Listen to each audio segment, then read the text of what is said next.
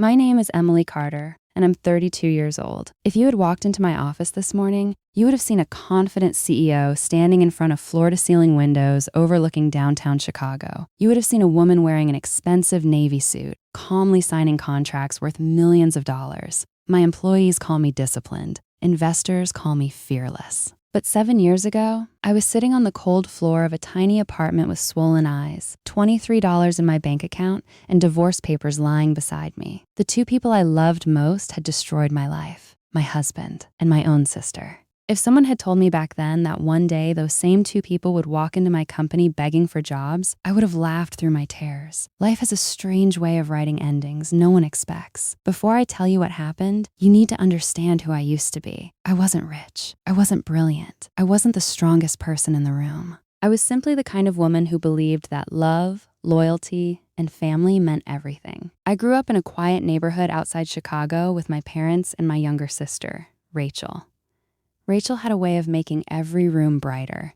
People noticed her the moment she walked in. She was funny, outgoing, and effortlessly charming. I was different, quiet, responsible. The one who remembered birthdays, helped mom clean after dinner, and stayed up late studying while Rachel was out with friends. People often compared us. Emily is dependable. Rachel is exciting. Back then, I thought there was room in the world for both of us. I never imagined we'd one day become strangers. Then I met Daniel. I was 22. He wasn't the richest man in town, but he had an easy smile that made me feel safe. He listened when I talked. He remembered little things. He brought me coffee before work because he knew I hated mornings. For the first time in my life, I felt chosen. A year later, we got married. Nothing extravagant, just close family, a small church, and a promise that we'd build a beautiful future together. I remember looking into Daniel's eyes while saying my vows. I truly believed those promises would last forever. Rachel stood beside me as my maid of honor. She cried during the ceremony. Looking back now, I often wonder why. Were those tears happiness or guilt? At the time, I never questioned anything. Why would I? She was my sister. The person I'd trusted since childhood. The first year of marriage wasn't perfect, but it was good. We rented a small apartment. Money was tight. Some weeks we had pasta 3 nights in a row because that's all we could afford. But we laughed. We dreamed. We planned our future. I worked long hours as an administrative assistant. Daniel bounced between sales jobs. I believed we were building something together.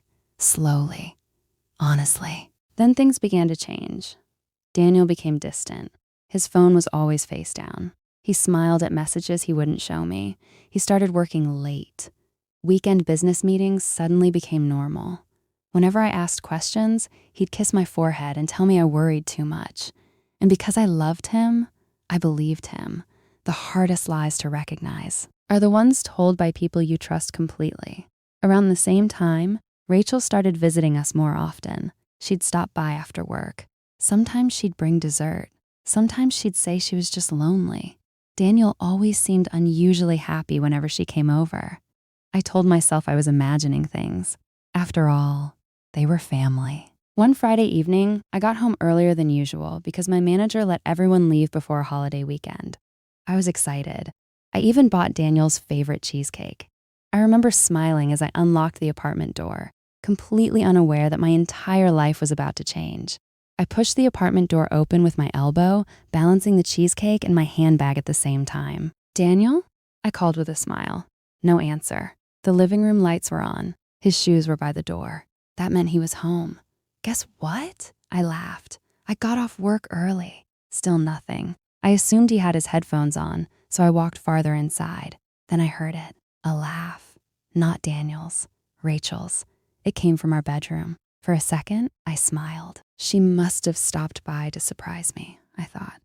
I walked toward the bedroom without a single bad thought in my mind. I even remember wondering if the 3 of us should order pizza that night. My hand reached for the doorknob. I pushed the door open, and my entire world stopped. Daniel, my husband, was kissing my sister. Neither of them noticed me at first. The cheesecake slipped from my hands. It hit the floor with a loud crash. The sound echoed through the apartment. Both of them turned around. Rachel's face turned pale. Daniel stepped back so quickly that he almost fell over. Nobody spoke. Nobody moved. I stared at them, waiting for someone to tell me I was dreaming, waiting for someone to laugh and say it was a misunderstanding. Instead, Daniel sighed. Actually sighed. Like I had interrupted him. "Emily," he said quietly, "it's not what you think." I looked at him in disbelief. I pointed at the bed. "Then tell me what I'm looking at." I drove aimlessly for almost 2 hours. The city lights blurred through my tears as I gripped the steering wheel, trying to convince myself this was just a nightmare. Eventually, I parked outside my parents' house. It was almost midnight. I stared at the front door for several minutes before finally walking up the driveway. My mother opened the door. The moment she saw my face, she knew something was wrong. "Emily?" she whispered. "Honey, what happened?" I couldn't even speak. I wrapped my arms around her and burst into tears. She led me inside while my father came downstairs in his robe, looking confused. "What's going on?" I finally forced the words out. I caught Daniel. My voice cracked. With Rachel, silence filled the room. My mother looked horrified. My father frowned, clearly trying to process what I'd just said. A few seconds later, the front door opened again. Rachel walked in. Daniel was right behind her. My heart dropped. I looked at them in complete disbelief. They had actually followed me here. Rachel's eyes were red from crying. Daniel looked strangely calm. Before I could say anything, Rachel ran toward our mother. "I'm so sorry." Mom stepped back. "Rachel, tell me she isn't telling the truth." Rachel lowered her head. "I love Daniel." Those 4 words hit my mother like a punch. She sat down without saying anything. I expected my father to explode. Instead, he looked at Daniel. "Is this true?" Daniel nodded. "I never meant to hurt Emily, but I can't lie anymore." I love Rachel. I couldn't believe what I was hearing. Dad remained silent for almost a minute. Then he looked at me. His expression wasn't angry. It was disappointed. "You've only been married for a year. Maybe this can still be fixed." I stared at him. "Fixed? Dad, they were sleeping together for 8 months. He rubbed his forehead. "I'm saying we shouldn't destroy the entire family over one mistake." One mistake? 8 months of lies, hundreds of lies, and he called it one mistake. My mother immediately shook her head. "No, this isn't Emily's fault." She turned toward Daniel. "You need to leave." Daniel didn't move. Instead, he took Rachel's hand. "We're together now." The room went completely silent. Rachel squeezed his hand. "We didn't plan this, but we love each other." I felt like I couldn't breathe. I looked at my sister. "Was I ever your sister?" She opened her mouth, but no words came out. I laughed bitterly. "You've been smiling in my face for months. You hugged me. You stood beside me while I cried about my marriage. And all that time, you were sleeping with my husband." Rachel started crying again. "I never wanted to hurt you." I looked directly into her eyes. "You already did." Then I turned toward Daniel. "You know what's funny? I kept blaming myself. I thought I wasn't pretty enough. I thought I wasn't exciting enough. I thought maybe I wasn't a good wife." He didn't answer. "You let me believe I was the problem, when the problem was standing beside you." For the first time that night, Daniel looked uncomfortable. But it didn't last long. He straightened his shoulders. "I'm sorry, but I'm not going to apologize for choosing the person I actually love." Those words shattered whatever hope I still had. There was nothing left to save, nothing left to fight for. I quietly picked up my suitcase. "I'll file for divorce." Daniel simply nodded. "Probably for the best. No tears, no regret, no guilt, just acceptance." As if 12 months of marriage meant absolutely nothing. I walked toward the door. Before leaving, I looked back one last time. Rachel was standing beside my husband, holding his hand, smiling through tears. At that moment, I lost a husband. I lost a sister. And I was about to lose something else. Something I never imagined my own family would take from me. The divorce papers arrived less than 3 weeks later. I remember sitting alone in the tiny apartment I had rented after leaving Daniel. The place barely felt like a home. A secondhand couch, a folding table, an air mattress instead of a real bed. Everything I owned fit inside a few cardboard boxes. I signed the papers without crying. Maybe I had already cried enough. Maybe there were simply no tears left. I thought losing my marriage would be the hardest part. I was wrong. A week later, my father called. "Come over tonight," he said. "We need to discuss something." His voice sounded unusually serious. For a brief moment, I allowed myself to hope. Maybe, just maybe, he had finally realized how unfair everything had been. Maybe he wanted to apologize. I drove to my parents' house with hope in my heart.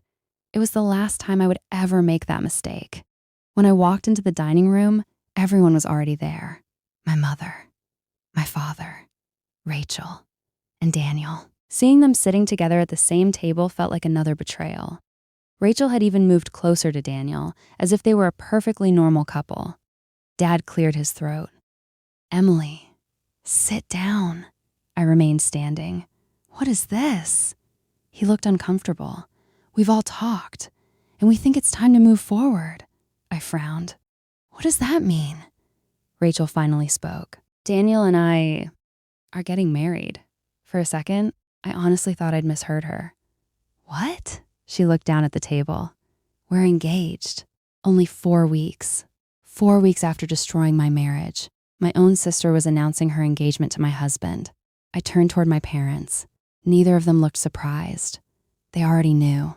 Mom quietly wiped away a tear. Dad folded his hands. "We know this is difficult, but fighting won't change reality." I couldn't believe it. "You actually support this?" "No," Mom whispered. "I don't," Dad interrupted. "But refusing to accept it won't help anyone." I looked at him in complete disbelief. "So your solution is for me to pretend nothing happened?" He sighed. "We're asking you to come to the wedding." For several seconds, nobody spoke. I laughed. Not because anything was funny, because my mind simply couldn't process what I'd just heard. "You want me to watch my sister marry my husband?" Dad nodded slowly. "She's still your sister." I felt something inside me snap. "No!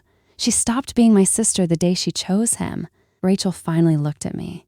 "I still want you in my life." I stared at her. "You don't get to destroy my life and then ask me to smile in your wedding photos." Daniel suddenly spoke. "Emily, I know you hate me, but Rachel shouldn't lose her family because of me." I turned toward him. "She didn't lose her family because of you. She lost me because of her own choices." Silence. Then my father stood up. His expression hardened. "If you refuse to support your sister, don't expect us to keep choosing you." I blinked. "What? You heard me. We're tired of this conflict. We want peace. Peace." That word echoed through my head. They called this peace? Choosing the daughter who betrayed me over the daughter who had done nothing wrong? My mother burst into tears. "John, stop." Dad ignored her. "You need to let this go." I slowly picked up my purse. "I understand." He looked relieved. "I knew you'd come around." I looked directly into his eyes. "No, I understand exactly where I stand. I wasn't their priority anymore. Keeping the family together mattered more than protecting the daughter who had been betrayed." I walked toward the front door. No one stopped me. No one ran after me. As I reached the porch, I heard my father's voice behind me. "If you walk away now, don't expect things to ever be the same again." I turned around one last time. They were all standing together. My parents, my sister, my ex-husband, like they were already a new family. I gave a small, painful smile. They already aren't. Then I got in my car, not knowing that walking away from that house would become the best decision of my entire life. I didn't go home after leaving my parents' house. I couldn't. For almost an hour, I drove through Chicago with no destination in mind. The rain had started falling, and every red light gave me another excuse to cry. I wasn't crying because I'd lost Daniel anymore. That pain was already fading. I was crying because I'd realized something much worse. I had lost my family. Not in an accident, not because of distance. They had simply chosen someone else. That night, I parked near Lake Michigan and watched the waves crash against the shore. For the first time in weeks, I asked myself a question I had been avoiding. Now what? Nobody was coming to save me. Nobody was going to apologize. Nobody was going to wake up one morning and admit they had treated me unfairly. If my life was ever going to get better, I had to build it myself. The next morning, I looked at my bank account. $417. That was everything I had left. After rent, utilities, gas, and groceries. I was barely surviving. I made myself a promise. I will never depend on anyone again. Not a husband, not my parents, not anyone. That promise became the beginning of everything. A few days later, I walked into work pretending everything was normal. I smiled, answered emails, scheduled meetings, made coffee. Nobody knew I spent most nights crying myself to sleep. One afternoon, my manager stopped by my desk. "Emily, you've been staying late every night. You don't have to." I smiled politely. I know. The truth was, going home felt lonely. Work distracted me. It gave me something to think about besides my broken life. A month later, my manager promoted me to executive assistant. It wasn't a huge promotion, but it came with a small raise. For the first time in weeks, I felt proud of myself. Nobody handed me that opportunity. I earned it. I started reading business books during lunch breaks, watching free online courses after work, learning Excel, finance, leadership, negotiation, everything I could. While other people watched TV, I studied. While other people slept in, I woke up early. Every tiny improvement felt like another brick in the life I was rebuilding. Then, 6 months after my divorce, I saw Rachel again. I wasn't looking for her. It happened by accident. I was shopping for groceries when I heard someone call my name. "Emily!" I froze. I turned around slowly. Rachel stood there with Daniel beside her. She was wearing a diamond ring twice the size of the one Daniel had given me. Daniel wrapped an arm around her waist, like he wanted everyone to know she belonged to him. Rachel smiled awkwardly. "How have you been?" I looked at her for several seconds. There was a time when I would have hugged her. Now, she felt like a stranger. "I'm fine," she nodded. "I'm glad." An uncomfortable silence followed. Daniel finally spoke. "You look good." I looked directly at him. "So do liars." His smile disappeared immediately. Rachel sighed. "Emily, can we please move on?" I couldn't believe she had actually said those words. Move on? As if betrayal had an expiration date. I leaned closer. "You didn't just steal my husband. You stole my family. You don't get to decide when I move on." Rachel's eyes filled with tears. People nearby had started watching us. Daniel took her hand. "We should go." As they turned to leave, Rachel looked back at me one last time. "I'm sorry." I didn't answer, because some apologies come far too late. I watched them walk away together. 7 months earlier, that sight would have destroyed me. Now, it only reminded me why I had to keep moving forward. I walked out of the grocery store, more determined than ever. I wasn't going to spend the rest of my life proving them wrong. I was going to spend it, proving myself right. And without realizing it, that decision would lead me to an opportunity that would change everything. For almost a year, my life became nothing but work. Wake up, go to the office, learn something new, come home, study until midnight, sleep, repeat. Some people thought I was obsessed. Maybe I was. But I had learned something painful. The only person guaranteed to stay in my life was me. So I decided to become someone worth betting on. One Monday morning, our company's CEO announced something unexpected. We're launching a new division. The room immediately became quiet. "This project will determine the future of our company." Everyone looked excited. Then he said something that changed my life. "I'm looking for someone willing to work harder than everyone else." Most people looked down at their notebooks. I raised my hand. "I'll do it." The CEO smiled. "Are you sure, Emily?" "It'll mean nights, weekends, probably 6 months without a day off." I didn't hesitate. "I'm sure." That project became my entire world. I arrived before everyone else. I left after everyone else. Some nights, the cleaning staff locked the building while I was still working. People thought I was crazy. Maybe I was. But every late night reminded me of something. Pain could either destroy you or train you. I chose the second option. 6 months later, the project became the most successful launch in company history. Sales exceeded every expectation. Clients loved it. The board was thrilled. During the annual company meeting, the CEO walked onto the stage holding a small envelope. "I've spent 30 years building businesses," he said. "And in those 30 years, I've only met a handful of people with extraordinary determination." Then he called my name, Emily Carter. My heart nearly stopped. I slowly walked toward the stage while hundreds of employees applauded. He shook my hand, then handed me the envelope. Inside was a promotion letter, Director of Business Development. My salary had almost doubled. I stood there in complete shock. The CEO smiled. "You earned every dollar." For the first time since my divorce, I cried. Not because I was broken, because I finally realized I was healing.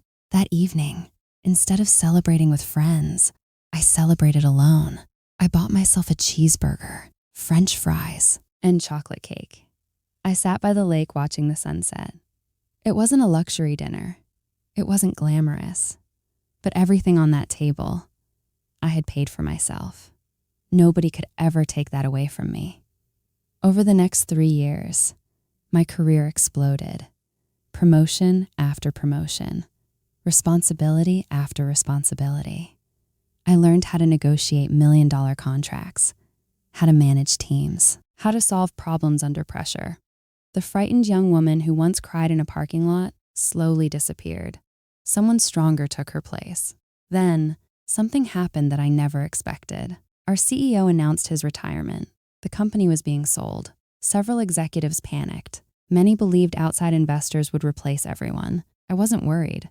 I simply kept working. 3 months later, the new owners called me into a private meeting. I expected another performance review. Instead, the chairman smiled. "We've been watching you for years." He slid a folder across the table. Inside was an offer that left me speechless. Not just a promotion, a partnership. They wanted me to help build an entirely new company from the ground up as one of the founding executives. My hands actually started shaking. This can't be real," the chairman laughed. "It's very real. We don't just need experience. We need character. And everyone keeps telling us the same thing about you." I swallowed hard. "What do they say?" He smiled. "Emily Carter never quits." Those words stayed with me long after I left that meeting. 7 years earlier, my husband had looked me in the eyes and said, "You were never enough." Now, complete strangers believed I was exactly what they needed. Life has a funny way of answering people. Sometimes it just takes a few years, but I still had no idea. That fate was quietly preparing one final meeting, the kind of meeting no one in that room would ever forget. 3 years later, the company we built from scratch had grown faster than anyone predicted. What started with 12 employees now had more than 400. We had offices in 3 states. Every morning, I walked into a building that existed because a handful of people had believed in me. Sometimes I still caught myself smiling in the elevator. Not because I was rich, because I remembered the girl who once cried in her car with only $400 left. She would never have believed this life was possible. One Tuesday morning, I arrived at work earlier than usual. I had an important meeting with investors at 10. By 8:30, my assistant, Olivia, knocked on my office door. "Good morning, Emily." "Morning." She placed a folder on my desk. "Today's interview candidates." I nodded without looking up. "Anything interesting?" She smiled. "Actually, yes." I raised an eyebrow. "We've had more than 2,000 applications this month. Our HR team narrowed them down to 12 finalists." I took a sip of coffee. "Sounds good," she hesitated. 2 applicants specifically requested to meet senior management. That was unusual. "Why?" "They said they're willing to accept any position." I shrugged. "If HR approves them, that's fine." She started walking toward the door. Then she stopped. "Oh, they're married," I laughed. "So?" They kept mentioning how desperate they are. I didn't think much of it. Companies receive stories like that every day. People lose jobs, businesses fail, life changes. I signed another contract and forgot about the conversation. If only I had known who those applicants were. Around noon, I walked through the executive floor toward the conference room. Employees greeted me with smiles. "Good afternoon, Miss Carter." "Morning, Emily." I smiled back. No matter how successful the company became, I never wanted people to fear me. Respect mattered more than power. As I passed HR, I noticed several candidates sitting in the waiting area. Some looked nervous. Some practiced interview answers under their breath. Others stared at their phones. I barely glanced at them until a familiar laugh stopped me in my tracks. My heart skipped a beat. No, it couldn't be. Slowly, I turned my head. A woman sitting near the window brushed her blonde hair behind her ear. Even after 7 years, I recognized that habit instantly. Rachel. She looked older, more tired. The expensive clothes she once wore had been replaced by a simple gray blazer. Her designer handbag was gone. There were dark circles beneath her eyes. Sitting beside her was Daniel. He looked completely different. His confident smile had disappeared. His suit looked old. The elbows were worn. His shoulders were slumped. For a moment, none of us noticed each other. I stood frozen at the end of the hallway. A gentle knock echoed through my office. I didn't answer immediately. Instead, I looked at the 2 folders one last time. 7 years. 7 years of rebuilding my life. 7 years of wondering what I'd say if I ever saw them again. Now, they were standing on the other side of my door. Olivia looked through the glass wall. "They're here." I took a slow breath. "Send them in." She nodded and stepped aside. The door slowly opened. Daniel walked in first. Rachel followed closely behind him. Both of them kept their eyes on the floor. Neither of them expected to see me. "Good afternoon," Daniel began politely. "Thank you for giving us." He looked up. His words stopped instantly. His face turned completely white. Rachel lifted her head.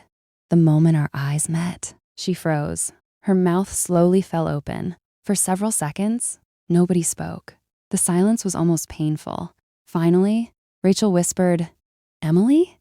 I gave a small, professional smile. "Good afternoon." Daniel blinked several times as if he thought he was dreaming. This isn't possible." I calmly gestured toward the chairs.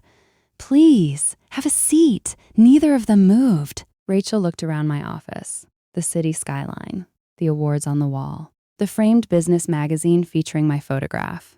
Then her eyes returned to me. "This company? You own it?" "I do." Daniel swallowed hard. "I thought." He couldn't finish the sentence. "You thought what?" I asked calmly. "That I'd still be struggling?" He lowered his eyes. I don't know." I folded my hands on the desk. "This is an interview. Let's keep it professional." They slowly sat down. Neither dared to look directly at me. The confidence Daniel once carried had completely disappeared. Rachel looked as though she wanted the floor to swallow her whole. I opened Daniel's application. "So, you've changed jobs 5 times in 4 years." He nodded quietly. "Yes." "What happened?" "The company closed. And the others?" "I was laid off." His voice barely rose above a whisper. I made a few notes. Then I looked at Rachel. "You've been unemployed for almost a year. Why?" She hesitated. "It was difficult finding work." "Because?" She looked away. "My last employer downsized." I nodded. Everything remained professional. No sarcasm, no insults, no revenge, just questions. After a few minutes, Daniel finally spoke. "Emily," I raised a hand. "Today, I'm Miss Carter." He immediately nodded. "I'm sorry." There was another long silence. Then Rachel quietly said, "I never imagined that we'd meet like this." I looked directly at her. "Neither did I." Daniel took a deep breath. "I know we don't deserve kindness, but," he paused, "we really need these jobs." I remembered another conversation, 7 years earlier, standing in our apartment, begging him to explain why, begging him not to throw away our marriage. Back then, he had shown me no mercy. Today, he was asking me for mine. Life has an incredible memory. It never forgets. Rachel's eyes filled with tears. We've been through a lot. I stayed silent. Daniel continued. I lost everything. The business I joined failed. We sold our house. Our savings disappeared. I've applied everywhere. No one calls back. His hands were shaking. For the first time in my life, I saw fear in his eyes. Real fear. Not fear of losing me. Fear of failing. Fear of not being able to survive. Rachel quietly wiped away a tear. We're not asking for special treatment. We're only asking for one chance. I leaned back in my chair. Then I asked the one question neither of them expected. Are you happy? Both of them looked confused. Daniel frowned. What? Are you happy? The room became completely silent. Neither of them answered, because sometimes silence tells the truth better than words ever can. Neither of them answered. My question hung in the air. Are you happy? Daniel looked down at his hands. Rachel stared at the floor. For almost 20 seconds. The only sound in the room was the quiet hum of the air conditioner. Finally, Daniel exhaled. No, it was barely a whisper. Rachel closed her eyes. No, she said quietly. We're not. I nodded once. I figured. Daniel rubbed his face with both hands. I thought choosing Rachel would make everything easier. He let out a bitter laugh. For a while, it did. But life doesn't stay easy forever. Rachel wiped away another tear. We kept telling ourselves everything would work out. It didn't. I listened without interrupting. For years, I had imagined this conversation. In every version. I was angry. I shouted. I reminded them of everything they had done. But sitting there, looking at two broken people, I realized something. Revenge had lost its appeal years ago because I no longer needed it. Daniel slowly looked at me. I owe you an apology. You owed me one 7 years ago. I know. I was too proud. I convinced myself I hadn't done anything wrong. He swallowed hard. But I did. I destroyed someone who never deserved it. Rachel began crying silently. I'm sorry too. I know those words can't fix anything. They can't erase what I did. She looked directly at me for the first time. But I've regretted it every single day. I remained quiet, not because I didn't hear them, because forgiveness and trust are not the same thing. Daniel reached into his jacket pocket. He pulled out an old leather wallet. As he searched through it, a small, faded photograph slipped onto the floor. Rachel quickly picked it up. The moment she saw it, she froze. I recognized it immediately. It was our wedding picture, the one taken outside the little church. I was smiling. Daniel was smiling. The future looked endless. Rachel slowly handed it to him. You still carry that? Daniel looked embarrassed. I don't know why. I guess it reminds me of the biggest mistake I ever made. He placed the photo back into his wallet. I stared at him for a moment, then quietly asked, Why are you really here? He frowned. What do you mean? You've applied to dozens of companies. Why this one? Rachel answered before he could. Because everyone says this company gives people second chances. Her answer caught me off guard. Second chances. Funny. 7 years ago, that was all I had wanted. One honest conversation. One truthful answer. One chance to save my marriage. Instead, they chose lies. I stood up and walked toward the window. The Chicago skyline stretched endlessly beneath me. I spent years wondering something. Neither of them spoke. I kept looking outside. I kept asking myself, what was wrong with me? Why wasn't I enough? Behind me, I heard Rachel crying harder. Then I smiled, a small, peaceful smile. But one day, I finally realized there was never anything wrong with me. I turned around. The problem was never my worth. It was your choices. Daniel slowly nodded. You're right. I know. I walked back to my desk, picked up both application folders, closed them, then looked at them one last time. I have one final question. Both of them looked up.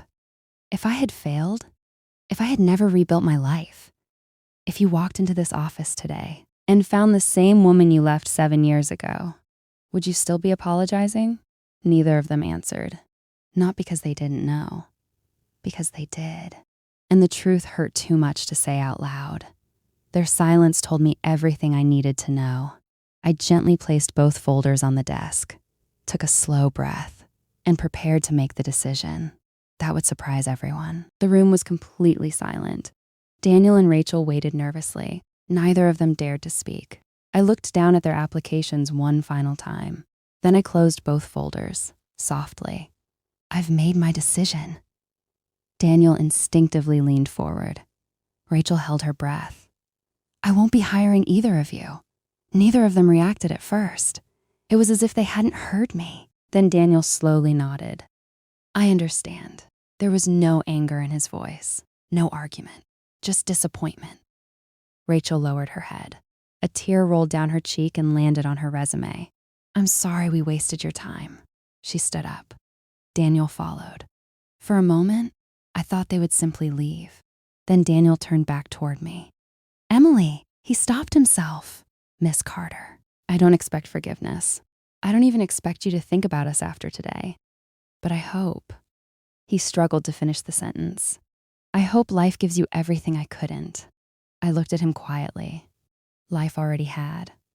Not because of him. In spite of him. Rachel wiped her eyes. I've wanted to tell you something for years. I didn't respond.